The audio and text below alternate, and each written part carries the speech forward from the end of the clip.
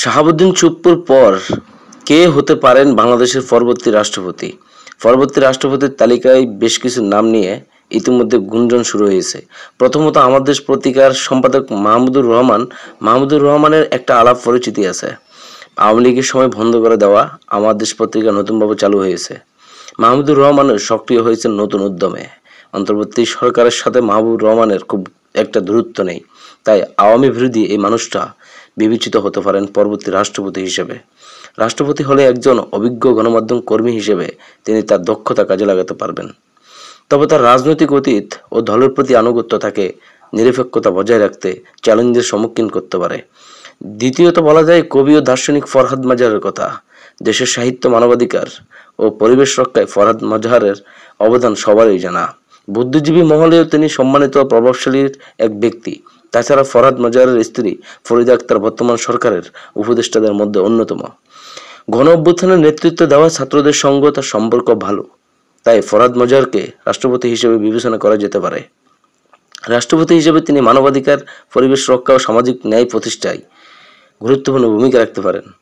তার বুদ্ধিভিত্তিক দৃষ্টিভঙ্গি ও নৈতিকতা তাকে রাষ্ট্রপতি হিসেবে গ্রহণযোগ্য করে তুলতে পারে।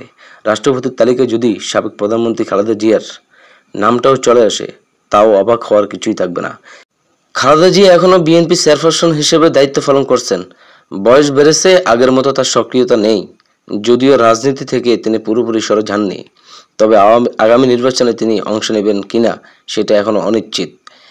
এমন সমীকরণে তাকে রাষ্ট্রপতির দায়িত্ব পালন করার আহ্বান জানানো হলেও হতে পারে, কারণ রাষ্ট্রপতি হলেন নৌ, বিমান ও সেনা এই তিন বাহিনীর প্রধান। আর স্বামীর কারণে খালেদা জিয়া সামরিক আবহাওয়া থেকেছেন বছরের পর বছর ধরে। তাছাড়া রাষ্ট্র পরিচালনায় খালেদা জিয়ার অতীত অভিজ্ঞতা যে কারো চেয়ে বেশি। তিনি বাংলাদেশের প্রথম নারী প্রধানমন্ত্রী এবং 3 মেয়াদে সরকার প্রধানের দায়িত্ব পালন করছেন। জাতীয় ও আন্তর্জাতিক কূটনৈতিক সম্পর্ক, প্রশাসনিক ব্যবস্থাপনা এবং রাজনৈতিক প্রক্রিয়ার সঙ্গে দীর্ঘদিনের অভিজ্ঞতা তার। তাই রাষ্ট্রপতি হলে তিনি সাংবিধানিক ভারসাম্য রক্ষার ক্ষেত্রে গুরুত্বপূর্ণ অবদান রাখতে পারবেন। রাজনৈতিক সংলাপ ও পার্লামেন্টের সঙ্গেও সম্পর্ক মজবুত করতেও তার অভিজ্ঞতা কাজে লাগাতে চাইবেন। এছাড়া আন্তর্জাতিক কূটনীতি ও বাংলাদেশের রাজনীতিতে পরিচিত কাজে লাগিয়ে কার্যকরী রাষ্ট্রপতি হতে পারবেন। রাষ্ট্রপতির সম্ভাব্য এই তালিকায় নাগরিক ঐক্য মাহমুদুর রহমানের মান্নার নামটাও আসতে পারে।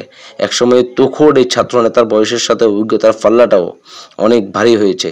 গণমাধ্যম ও নাগরিক সমাজে সক্রিয় ভূমিকার জন্য তিনি অনেকের কাছে গ্রহণযোগ্য।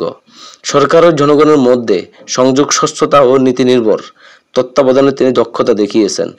মান্না রাষ্ট্রপতি হলে গণতান্ত্রিক মূল্যবোধ ও নীতি নির্ভর শাসনে জোর দিতে পারেন। স্বচ্ছতা ও জনগণের সঙ্গে সংযোগ এবং সরকারের সমালোচনামূলক তত্ত্বাবধানের দিকও মনোযোগী হতে পারেন। এছাড়া অতীত অভিজ্ঞতা থেকে কাজে লাগিয়ে নাগরিক সমাজ ও গণতান্ত্রিক প্রতিষ্ঠানকে শক্তিশালী করার চেষ্টা করবেন।